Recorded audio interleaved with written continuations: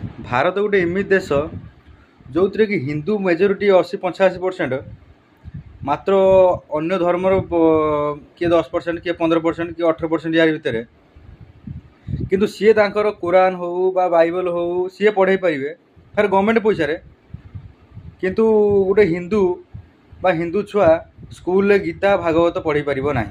बा पढ़ी पार ना कि पढ़े पार ना मु गवर्नमेंट को बा प्रत्येक भारतर जो 80% हिंदू अच्छा मुझे पचार चाहिए कि प्रकार सेकुलार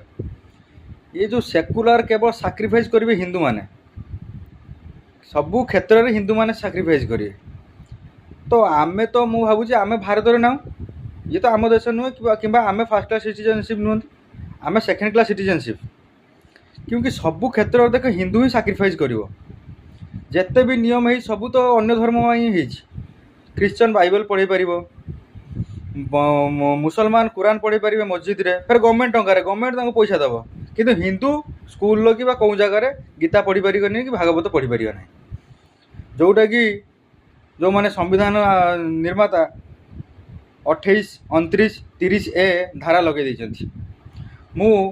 जे भी एबे गवर्नमेंट रो अछन्ति मोदी सरकार निवेदन करुछि से तीन धारा उठेकी प्रत्येक हिंदू छुआ को गीता भागवत पढ़ा जाऊ